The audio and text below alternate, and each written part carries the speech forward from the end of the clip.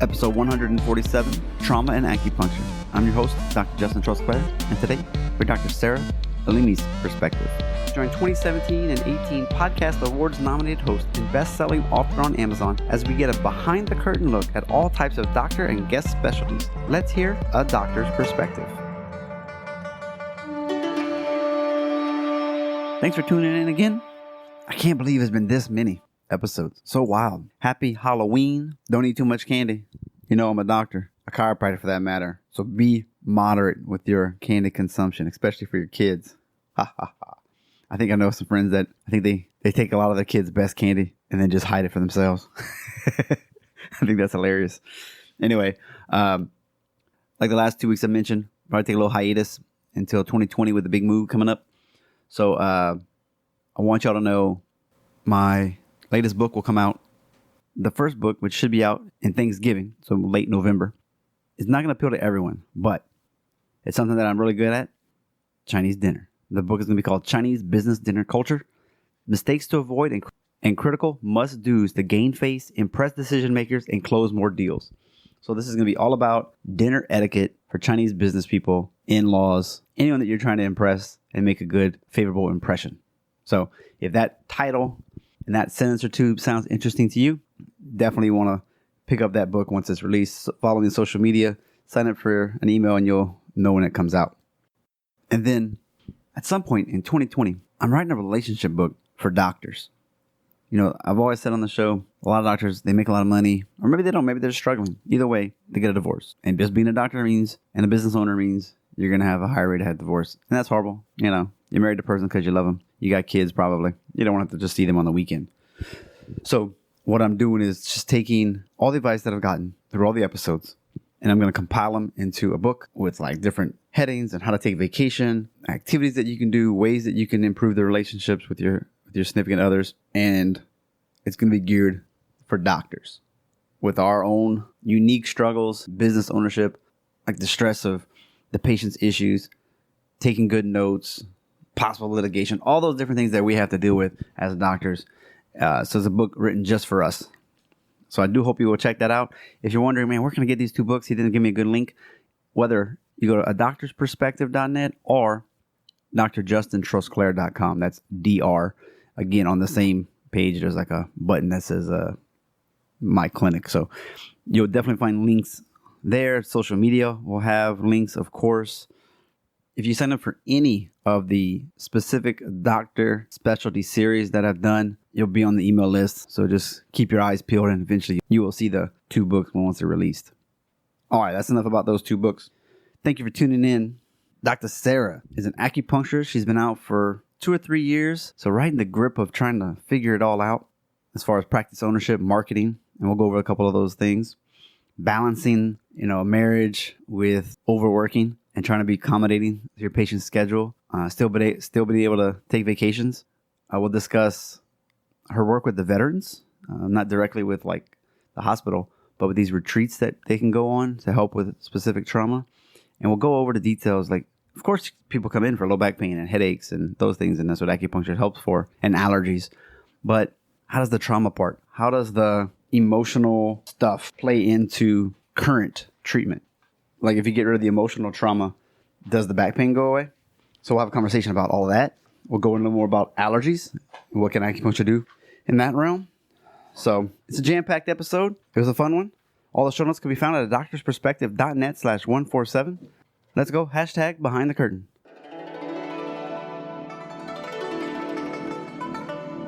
Live from China in Northern Virginia. Today on the show, we get to dive into acupuncture and trauma. It's a very interesting topic. We've had somebody do some emotional stuff before, so I'm really excited to see what all she can do for you. She graduated from Maryland University of Integrative Health. We actually get to call her a doctor, so it's exciting. Please welcome Dr. Sarah Alemi. Yes, hi. Thank you. Thanks for having me. You betcha. We were joking about the doctor piece because if you didn't know, a lot of acupuncture, they get the degree and then their state doesn't allow them to call them that. So it's so fantastic that you can actually say such things. Exactly. So I'm happy for you. Mm-hmm.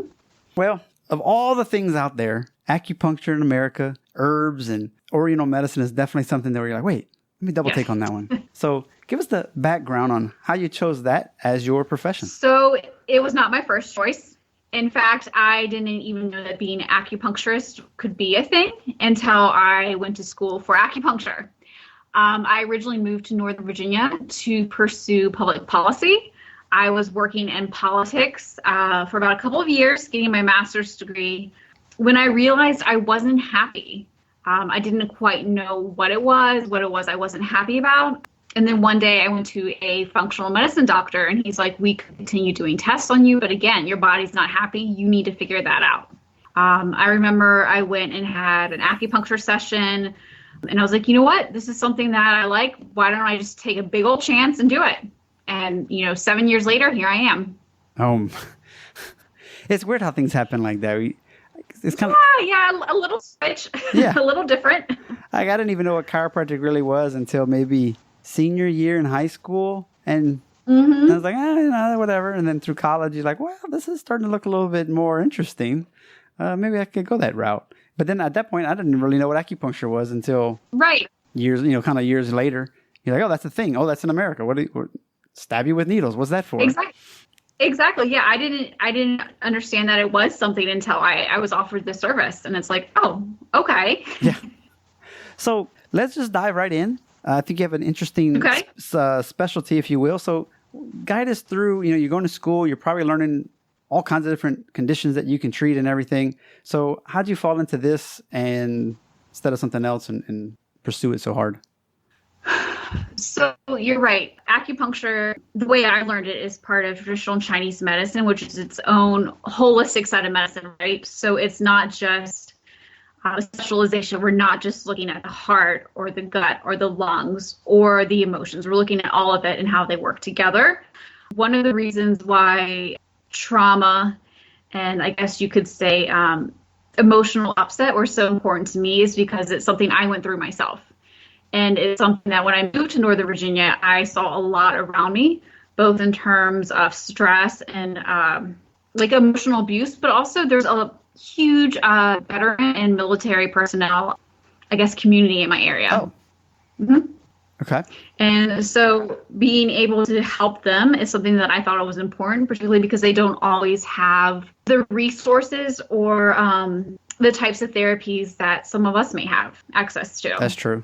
Mm-hmm. And like I said, firsthand, I saw what dealing with past trauma, dealing with repressed emotions, how that can positively affect your body and help you move forward with other issues like chronic low back pain. It's amazing, right? How the head and the body are connected. Yeah, and a lot of research is starting to show that connection and okay, how do you do with that? Do you need a psychologist to go with you when you're getting these treatments to make them both alleviate faster? Mm-hmm. So sometimes you do, yeah. I was gonna say, so is it like PTSD stuff, or it could be anything from just depression and anxiety and the stresses of military life as well? It can be the whole gamut, yeah. So absolutely, it could be something, as some people might say, as simple as anxiety or stress, right?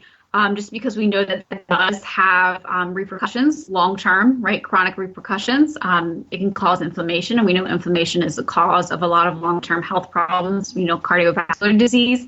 It's really good with anxiety and depression that can interfere with our sleep. It's really good with someone who's maybe had emotional or physical abuse, as well as someone who's gone or who's had PTSD, or maybe someone who hasn't been overseas, but they've had a challenging experience. I've seen very effective results from dealing with all kinds. And I think that stress is something I treat for everyone, regardless of what they come in for. Right. So I mean, you deal with stress, and it's amazing how things are able to get better quicker. Well, because some people get headaches or shoulder pain or bad indigestion or diarrhea or all these crazy other things. And you're like, yeah, once that gets better, things get better. Exactly. So usually when someone comes in to see me, no one says, oh, I have a mental issue, or, oh, I have an emotional issue, or, oh, I have PTSD or stress or anxiety. They may be like, yeah, I deal with stress. Usually they give me a physical ticket. Like, I have back pain, I have migraines, or I just can't sleep.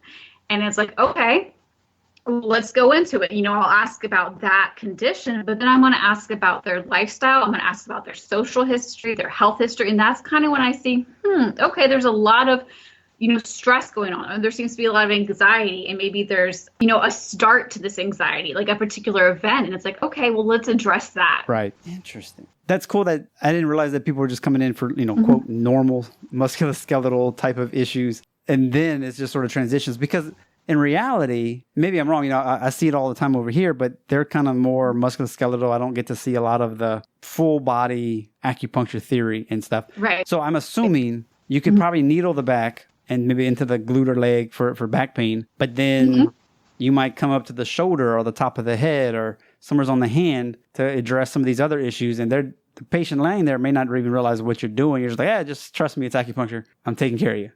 Exactly.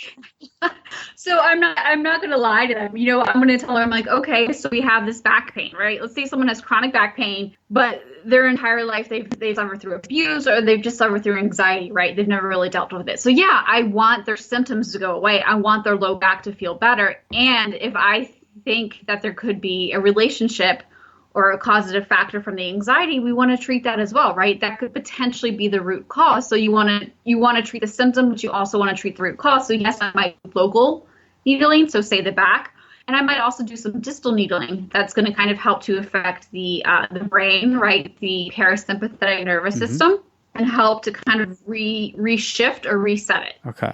And at the same time, it's kind of like telling the patient, these are the things that we can do to get better. We want to address the low back pain, but we also, what else could be potentially causing it or aggravating it is usually how I explain it. Now, this is the part that I think acupuncture can get rather complex, and maybe why people who've been doing it for 50 years, they can put 4 points, and you're like, yes, we'll take care of all your issues. You're like, wait, what? Kind of setting it up. Do you have to separate, here's the back pain, maybe you have a distal one, then you have a separate protocol for anxiety, or when you look at all of the fire and wood and earth and all that, I'm not sure if you look at it in that aspect, if there's different types of acupuncture. Yes. Are you able to cross the channels and these are the points that I would pick to kind of cover everything at one time? How does that kind of play out when you're making a treatment plan? So you're correct. So first of all, you're right. There are a lot of different styles of acupuncture. So for me, I'm trained in classical 5-element, right, which involves the different elements of nature. But I also apprenticed for a couple of years with someone who's a traditional Chinese medicine practitioner, which is much more Western medicine based and integrative. I have found that a combination of the two together is most effective for my patients. And because this is an individualized treatment, I will tweak it so that it best fits the patient. And I'll continue to tweak the treatment based on what seems to be working and what doesn't seem to be working. But in terms of having protocols, yes, there are anxiety protocols. Yes, there are low back pain protocols. But I look at what the underlying pattern is. We say the pattern of disharmony, like what's going on in the person that's maybe causing the symptom, and that's what I treat. So I'm not separating into two separate protocols when I'm doing a whole body treatment. The only time I might do a protocol is when I'm working in a community acupuncture setting, which I do that sometimes a year. I'll go up to a veterans retreat center, and I'll have a group of veterans, and they're sitting in a circle. And because I can only get to certain parts of them in a certain amount of time, then in that example, I do what's called NADA 5-point protocol. And I go around and I utilize 5 points in each year. And are you private practice? Are you working in the VA or? So I am a private practice. However, I am working with a group called Melwood Veteran Services, and they run what's called Operation Dojito. Basically, 7 times a year, they take groups of veterans and they take them out to Eastern Maryland to this big old country place. It's got high ropes courses, low ropes courses. It's got equine therapy, and it helps to expose them to different types of therapy, like, again, that they might not necessarily have access to through the VA or through TRICARE. And I offer acupuncture services to them. And one of the great things is they don't know they're getting it until they meet me. So. Oh, nice. Mm-hmm. Well, that way they don't have time to kind of overthink it or over worry about it. Right. It doesn't really hurt. Like every now and then you might get a spot, you're like, ooh, but it's not as scary as people think. It's just they got to get over it in a sense. It's not. And it's scary because, and it seems like a bit like an oxymoron. Why am I going to have sharp needles to help induce relaxation, right? I get it. And it's something that it's like, try it. and see what you feel like it. If you like it, fantastic, keep going, right? If you don't like it, well, at least you can say you tried and there's no adverse side effects.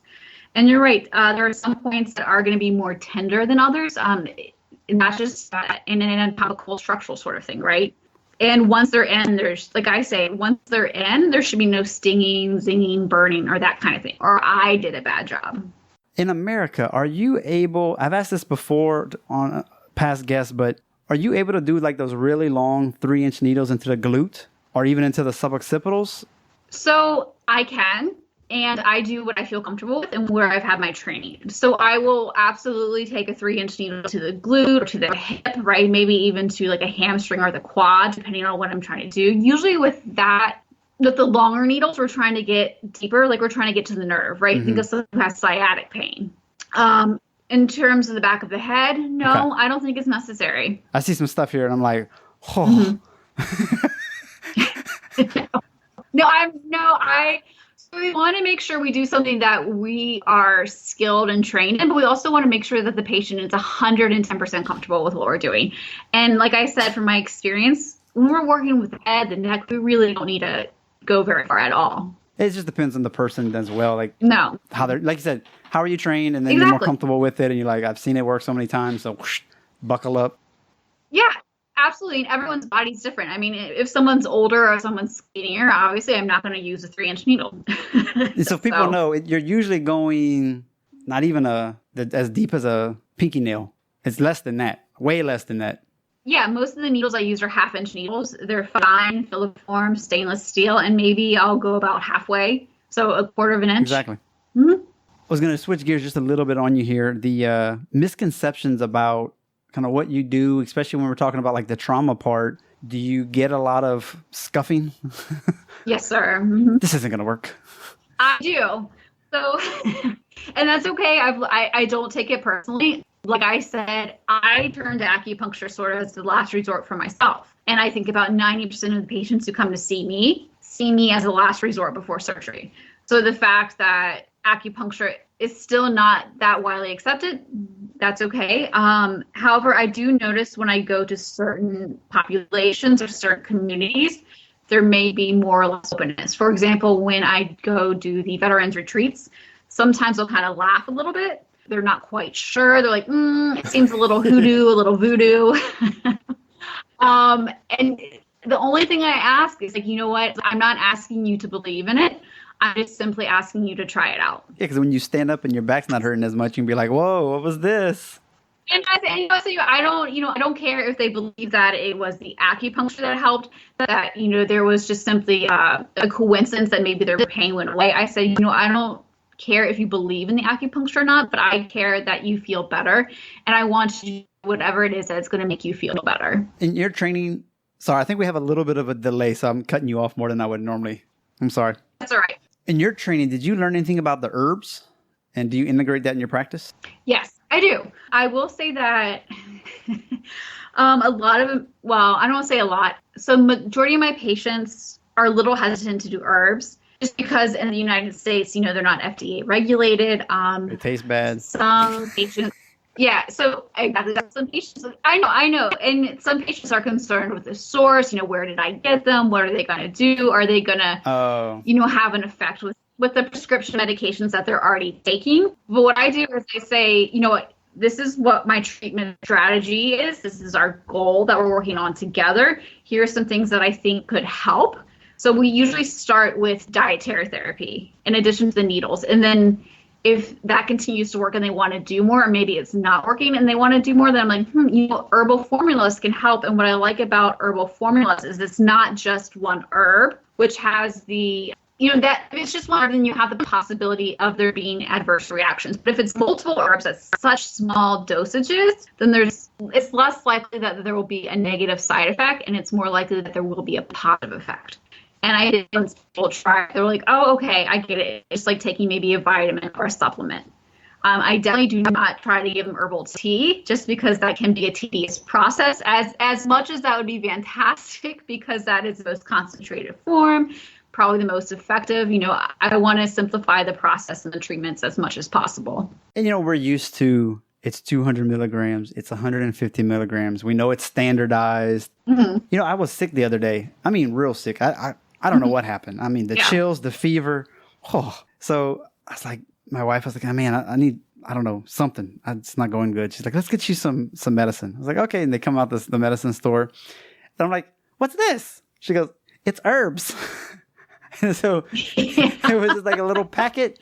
And it had like, I don't know, 5 to 8 herbs in it. And you mix it with water. Yeah. I felt like it had sugar in it because it was kind of sweet. But anyway, it was, probably because we didn't grow up with it. I'm telling you, it works so well. I woke up the next day. It does.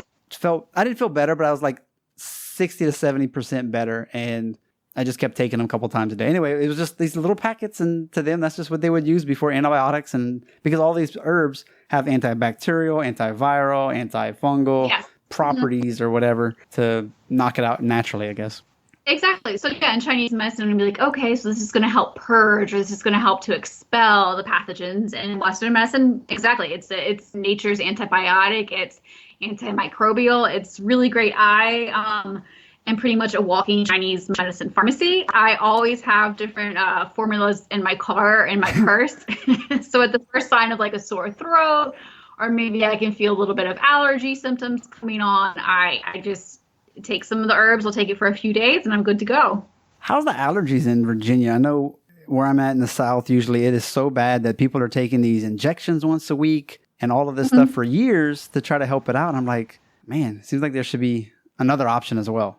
Right. So I actually am from Southern Virginia, and I did not get allergies until I moved to Northern Virginia.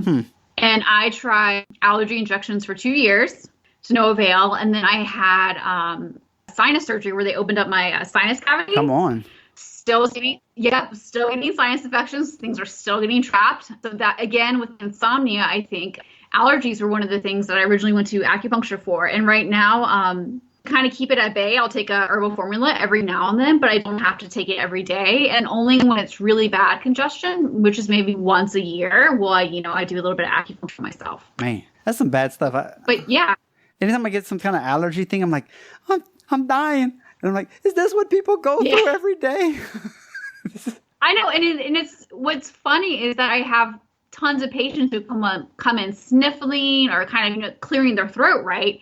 And I'm like, are you okay? Do you have a cold? They're like, no, it's just allergies, just normal. I'm like, that's not normal. No. Like you shouldn't have to be clearing your throat every couple of minutes, right? Like let's help clear that up for you. Yeah. Okay. You're kind of somewhat new in practice. At least that's what I would assume based on your degree. Yes. Okay. So maybe 2 years at the max. And that means you're starting out. So I'd like to ask, it's kind of like a double question. Okay. Someone who's kind of a little bit behind you, any good advice for them? And what are some of the things that you were struggling with and maybe have gotten past now or are still in the midst of as a young doctor? All right.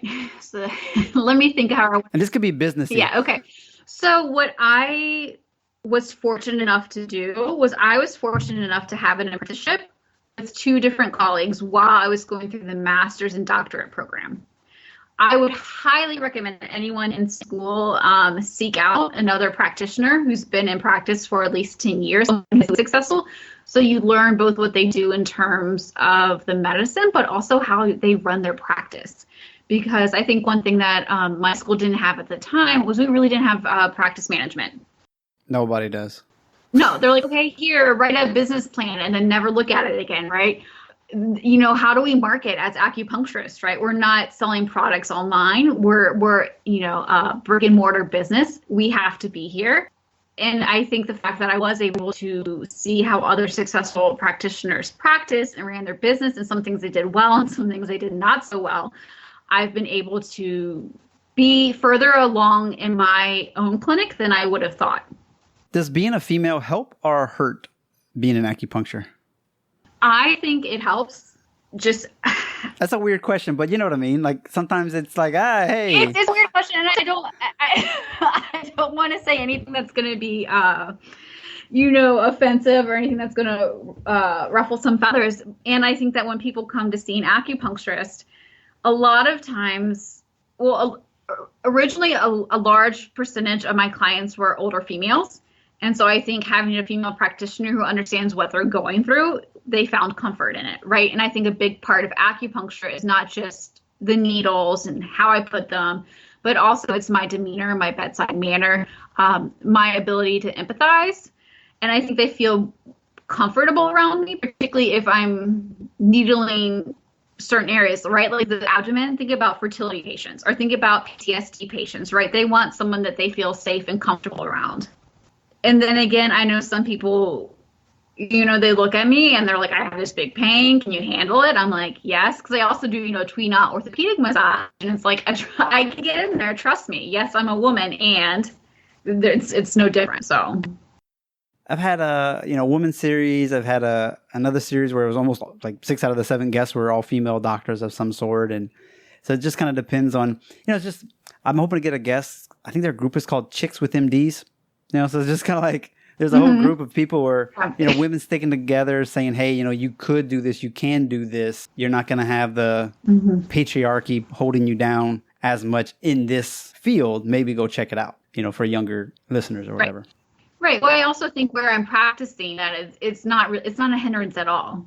What my gender is. I think, although if you go to different cultures, you'll notice that might give you a different answer. We even hear they say we have I don't know, it was maybe she was 27 or something, 26, real young Asian girl, Chinese girl, and she was like, yeah, it's a little tough for me because in their society they kind of want the guy who's been around for 50 years. Doesn't have to necessarily be a guy, but you're not young. You're young. You're not old, so you don't know what you're doing. And so that they do have to overcome that. And usually it's like 2 seconds later, they're just like, fine. And there's no other option. You get me or you get no one. So it's up to you. Exactly. It's just like acupuncture. Once they try it or once they get to know me a little bit, it's like, okay, got it. It doesn't really make a difference. Perfect. What are you doing for marketing? You have any 1 or 2 tips or things that are working?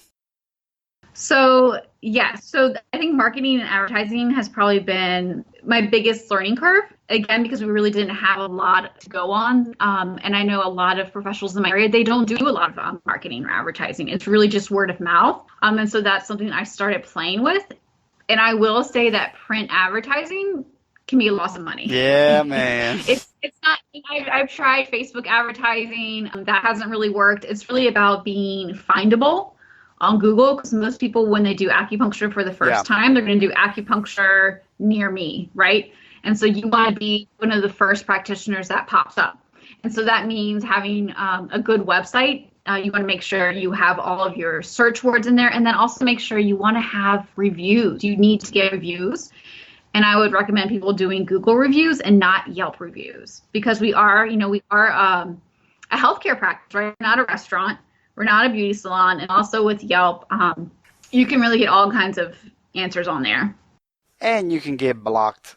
Perfectly fine reviews get blocked. They hold them high. Well, we don't have to go down that road. I think people who know. So stick with Google and your own webpage. Yes. So I've seen that, but I've also done networking, and a lot of so people like to joke that acupuncturists don't really come out of their little hole, little clinic. And so when you introduce yourself at a networking event, they're like, oh, you're an acupuncturist. Great. And that's the best way to meet people one-to-one. They get to know you. They see you're not crazy. They see you're not doing some kind of hocus pocus, right? There's real science behind what I studied, and it's fantastic. It's a good way. And I think marketing with other professionals instead of just marketing amongst other acupuncturists is the best way to go. Definitely. Do you have a special group that you use for the... I do. I know people are going to roll their eyes, but I am in a BNI networking group over here in Northern Virginia. Yeah, I mean, it's fantastic. I went there not knowing at all what it was. I told them I did cosmetic acupuncture. They're like, great, stay with us. And I love the group. It's really given me so much business already. I think I've probably tripled my investment already. Yeah, exactly. And it's getting me to get out the door and again, not stay in my clinic, right? Yeah. If you ever want some behind the scenes, we interviewed a Hazel Miller. I don't know what number she was, but she was the #1 franchise owner in the world for 7 years. Okay. Yeah. So audience, if you're interested in like the behind the scenes on BNI and some things like that, amazing episode to learn more about that. And I really encourage you to look into it. Yes, it's a time investment every week, But Yes. like she said, it really pays its dividends, especially as like a chiropractor.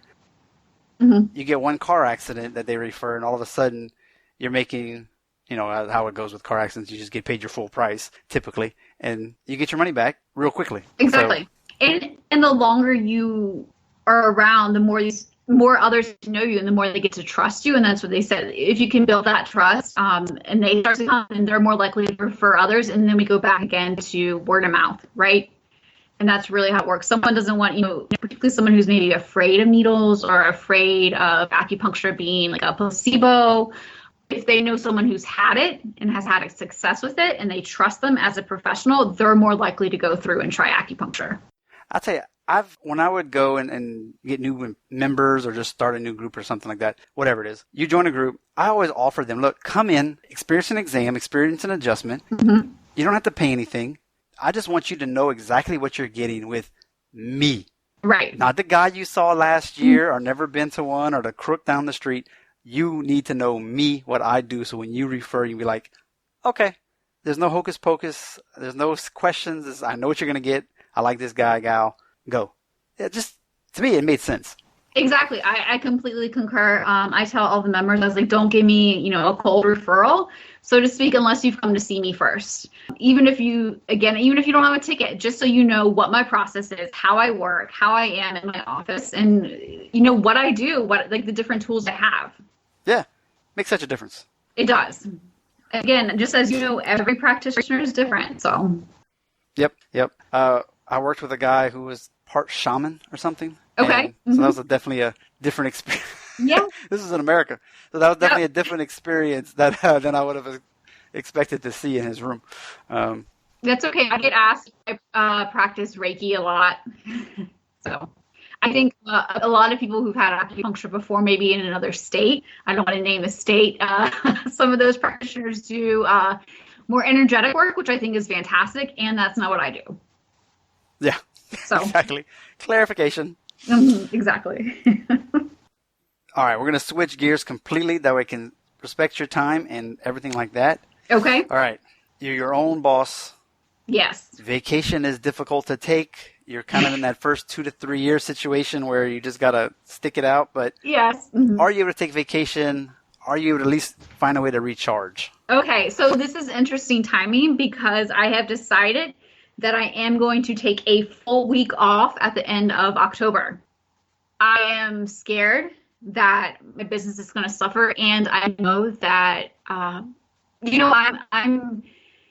trying to encourage my patients to take time off, to refuel, to relax, right, vamp, rejuvenate, and I need to do the same, right? I don't want to be a hypocrite.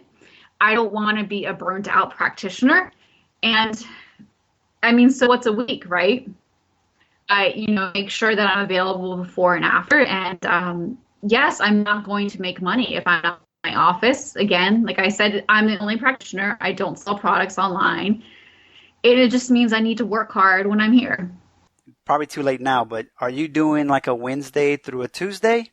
Or are you doing Monday through Friday? So right now I'm doing Monday through Saturday. I am available when a patient needs me.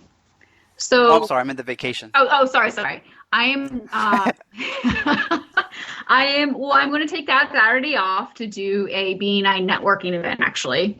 And then I'm leaving that Sunday and coming back Friday. Okay, so you're doing And yes, but I'm also utilizing that time to do some renovations on my clinic. I'm actually at the point where I want to go ahead and get a third treatment room. And I also want to take down a wall to my lobby so that it's much more open. So if I want to do an open house or if I want to do a workshop, basically, so I have room to grow. That's awesome. That's going to be great. Yeah. So it's like, why not do something that's going to help me expand my business while I'm also taking time off to relax? Yeah. And that's why I was wondering, because a lot of people I've talked to, they'll do a split week. That way they cram people in the first few days of the week, and then they cram them in at the end of the week, and they're like, I didn't really lose any patients, and it just sort of kind of pushed them just a few extra days than usual. And I was like, well, that's pretty cool. Well, I've done that before, and I realized I'm still tired. Okay. When I come back, quote unquote vacation. I've done it before. I've come back and I worked on a Sunday, right? I opened my office on a Sunday, and I was like, this isn't healthy. my families are like, you need to take some time and prioritize your health, just like you're telling your patients to prioritize their health. And they should respect you for it. And if they do, they'll continue to see you as patients if they're getting something from you. And like I said, I hope they are. And if not, then why are they coming to see me? So that's great insight. I'm glad to hear that. And makes a lot of sense. Any hobbies or fun things outside of work?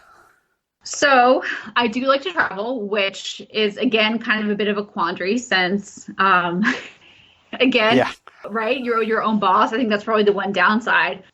And I think that once I get a few years under my belt, then I will be much more confident and feeling like I can take maybe 2 weeks off at a time. Maybe, particularly if I expand or I have a massage therapist come on hand, because I really do think integrative health is the key to good health. But yeah, I just love to travel. I've been to maybe 30 some countries. I really would like to get to 100 different countries. Wow. Mm-hmm. I've been looking at trips to Southeast Asia, but right now, 2 weeks minimum, right? To kind of really get the taste. So again, maybe that's something in 2021 I hope to do. It's not that far away. No, not far away at all. Like just over here. Do y'all do fill-in work? Like, could you find an acupuncturist to just fill in for like twice a week when you're on vacation? Potentially. So that's one of the great things about having established relationships with established practitioners. When I was in school, I have a colleague now. I still help her do her admin work and billing, right? And there are times when she goes out of town, I'll treat her patients. Sometimes I'll treat them at her clinic. Sometimes I'll treat them here.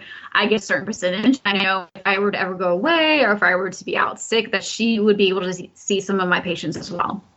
Yeah, I'm just kind of thinking like, some people never explore that option because there's definitely drawbacks to it. But sometimes it's like, well, that's a great option for if you can find the right fit. It is great. And it is great. It's about trust, right? It's about trusting them as a person as well as a professional, trusting about their skills and their education, right? And yes, you might have a patient who's like, I like the way that they operate better. Okay, well then you know what? I want what's best for the patient. And they might have a patient who's, you seem to have a different way of treating me that works better, and they might want to come see me. And it's just having this understanding. That's great. So you're married? Yes. How are you able to keep the love alive and feel connected? So that's something I am currently working on, I should say. Again, as a new business owner, I think in general, regardless of, what field you're in, making time for your family or just making time for your significant other is something I never thought I would have to work on. And it is something I'm finding myself now dealing with. Like, how do I make sure that I have time for them? Because like I told you, right now, I'm at my office whenever a patient needs me, right? So I might not get home till 8:30 at night, and I might be gone, 6 a.m. in the morning. So that's like, what, a 14-hour day? Yeah, there's no way I'd do that. You could come in my hours. And you know what? And I realized that, yes. And so I've made a promise. I sat down with my husband, and it's like, okay, we realize I'm in a new business. I'm going to be busy, and I'm hoping, we have an end date of when I'm going to make sure that I have more time for him. And in the meantime, it's just, can we understand each other? And then can we make sure the time we do spend that we make the best of it? We do take short, like, day and a half trips together. We do that for certain because we don't eat dinner together during the week. So during the weekend, we make sure we eat dinner. And I made a promise that when I get that third treatment room, I'm going to take Wednesdays off. And so I can run errands, and I will be home to have dinner at least once a week with my husband. That's awesome. And I think it's, like I said, I think it's just kind of any new business owner. It's finding that balance. And I think, I don't know if you can always have perfect balance, but I think it's learning to kind of shift to what your focus is or your priority is at that moment. And right now he understands that getting my business up and running to where it's secure, to where, if I had to be out, say, for a few months due to injury, then I could still sustain my business. I could still pay rent. And once I get there, then I would shift my attention more so to him. Yeah. And it's hard. I mean, sometimes it's quick, sometimes it takes a longer than I know for me, it took a little longer than I expected. And, even my wife, she starts doing different sales, and it's a lot of on the phone in China, there's, WeChat and stuff. Oh, man. Yes, I know that. It took I mean, she was on it all day at work, and then she was on it at night, and it was like, hey, I'm over here. Can we have like some time together? I'm like, I'm not asking for a lot. So we definitely had to figure out, how to turn it off. And because at nighttime, that's when everybody wants to talk to you. But during the day, you're trying to figure out what to post. So it was this whole thing. It just took a while, and we made it through. And like you said, if you're on the same team, trying to get understanding and making commitments and things like that, it goes a long way. Right. It's just about like checking in, frequently. Like, hey, is everything okay? Or, is what I'm doing fine? Are you still happy? Are you irritated? Like, for him, sometimes it'll be like, who are you talking to? Like, who are you emailing? It's like 8 a.m. Sunday. It's like, oh, a patient. Like, but you're not in the office. Yeah. And so it's just, okay, you're right. You know what? I'm not going to talk to him today, right? Unless it's a last minute, cancellation for the next morning. And that's it. Yeah, yeah. Mm-hmm. Well, you have some fun work to look forward to. Yes. Come on, end of October. I am a new business. I know. I'm a new business owner, and I'm navigating the ropes. And again, I'm excited for November. Hopefully, renovations will be complete. And again, just even having that third overflow room for now just gives me a peace of mind that I do have the room to expand, but I can do so at my own pace. Because y'all take a while. You got to have somebody to hang out, and yeah. You can't just have them in the hall. Yeah, we're not a one and done. Like I have a colleague. It's 5 minutes. Get out. Yeah, I have a colleague. She and her husband own a chiropractic business up here with me, right? And they use the pressure gun, so they can see about 100 patients within 4 hours. I'm like, I could see 100 patients in 2 weeks if I really am hustling. If I ever saw 100 patients in 4 hours, oh my goodness, that's intense. Well, yeah, and I don't know if that, I think they might need to rest a little bit more too. Yeah. Because they do come see me sometimes burnt out and, with their shoulders and pain and exhausted. I'm like, yeah, you might want to think about no doubt. the amount of influx. But it's just, what was I going to say? Yeah, because, it's individualized treatment. Every time someone comes in, I need to check in on them. Like, what's going on? What's changed? What's gotten better? What's gotten worse? And then, you've got to put the needles in. You need to let them sit, relax, and then you got to take the needles out, check in with them again. And then some patients require additional therapy, like cupping or gua sha, or maybe a few minutes of massage, right? Yeah, it takes forever. Yeah, and then if right now I'm the only employee at my office, so I also have to check them out. Yeah, think about it. If you work 8 hours a day, you're maxed at 8. Okay, now you're maxed at 16. Now you're, every room you can add, more people. But there's always busy times. And so There's not a lot of people usually at 3 o'clock. But 4 or 5 o'clock, all of a sudden everybody wants to show up at the same time. And you're like, well, I only can fit 3 of you. Unless we want to curtain the room off. Right. And some people do that. And that's just not the way I want to practice. Last question for you. It's been great so far. Yes, sir. Mm-hmm. Any favorite books, podcasts, etc. that you secretly love or just people have to check out? There are thousands. I'm trying to so I think that if someone's interested in getting to know more about acupuncture, Chinese medicine, how it's kind of this holistic medicine and way of life. What is that book? I believe it's Between Heaven and Earth. Yeah. Yeah. So, it's some of these classic ones, right? That's something I recommend to my patients to read a lot. I also recommend if they have a lot of gut issues or they want to lose weight, Healing with Whole Foods. That's a really good dietary therapy book. In terms of podcasts, I believe there's one that's called Getting to the Point that I like. It's a smaller one, but it's a group of acupuncturists, so it's always interesting to know what different acupuncture practitioners have to say about different syndromes or conditions, that sort of thing. Yeah, I'm always trying to read something different, something that I read recently.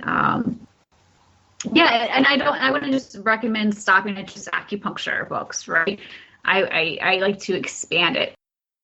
It's kind of one of those when someone presents themselves with something, then you're like, oh, I got a couple of books that I can recommend at that point. So exactly. So someone needs some fertility, I would say, okay, well, do the infertility cure. It is the go-to book, right? It really depends on what their interest is in. Mm-hmm. And who are you voting for in 2020? No, I'm joking. Don't answer that. No. Can you imagine? No, yeah. Yeah, speaking of spousal relationships. Oh, y'all on the opposite spectrum? I don't know sometimes. So, That's fun. That's fun. So how can I had to throw that in there, being all the political craziness that's going on. yes. Actually, today, as the recording, is the 70th anniversary of the People's Republic of China's revolution. That is today. I saw that. Yes. Yeah. I would love to go to China one day. You should. There's even programs where you can just go study for a little while. I know. I think so. Back in the day, before my school changed names, it was required that you go overseas and study for a while. Oh, that'd have been cool. I know, but they took away that requirement / ability when I came to school. So I was a little bummed, but again, like I told you, I was able to apprentice with. He was a neurologist in China, and now he's a practitioner of acupuncture in the United States. I was able to be with him for about 5 years. And so all of the different, like the needling techniques, like, you know, where you can kind of put a needle and move it around like a saw under the skin, and all these crazy things. It's just like, okay, great. I got a few little tricks up my sleeve, right, that I might not have learned elsewhere. So, What is a website? How can people get in touch with you, find you, and all that jazz? All right, so they can Google Eastern Roots Wellness, or they can go to easternrootswellness.com. They can type in my name, Dr. Sarah Alemi, Alemi, ALC. Probably the quickest way to find me, because from there you'll get all my other information. Very good. Well, that is our wonderful podcast for today, and I really want to appreciate you and thank you for being on the show and sharing your expertise and just the fun of getting to know somebody as well in the midst of growing their practice, the struggles, the successes, and knowing that we're not alone on our little islands. Correct, exactly. Well, and I just want to say thank you again for allowing me to be on the podcast. I appreciate it. I always love to talk to people as well, particularly as, you know, a growing practitioner and businesswoman, right? It's always nice to see what other people have gone through, and maybe it'll resonate what I've said with somebody. Another great interview has ended. While you're on your phone, click that review button. Write up a nice review for me. 5 stars if you could. As everyone says in the industry, it'll help other people to find us when we have enough rankings. Not to mention, I'll mention you and your review on an upcoming episode. If you follow me at all on Instagram, you know you only get one link. So I use a Linktree. And so it's a doctorsperspective.net/links with an S. And that's going to give you everything you need to know. The top episodes of 2017 and 2018, the podiatry series, dentist, acupuncture series, holiday 2017, financial series, how to write a review, how to support the show, like buying a cup of coffee, getting swag, like t-shirts, the Today's Choices, Tomorrow's Health book. That's the blueprints for better health, exercise, picking food correctly, and financial. And then, of course, bundle packs, which can get you the No Needle Acupuncture book for 40 common conditions, including the electric acupuncture pin at a great deal. The resources page has some of the products that I like. It's affiliate style, so if you buy something from them, I get a piece of that. Just like on the show notes pages, if you buy a book from clicking that link, I get a small piece of that as well. So I really appreciate that. Things like Screencast-O-Matic, Pure VPN, Missing Letter, JLab speakers, Prolone Edge or Hawk grips. Once again, if you do need any coaching on how to improve some of your blood work, drop weight, and the Prolone diet, fast mimicking diet, 5-day plan, let me know.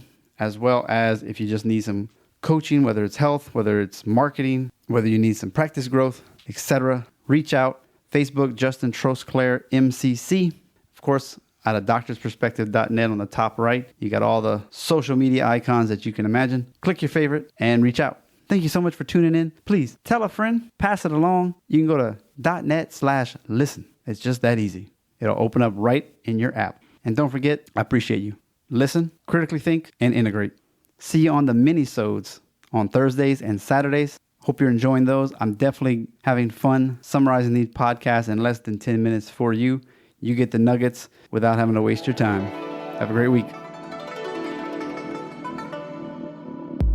We just went #behind the curtain. I hope you will listen, and integrate what some of these guests have said, by all means, please share across your social media, write a review, and if you go to the show notes page, you can find all the references for today's guest. You've been listening to Dr. Justin Trosclair, giving you a doctor's perspective.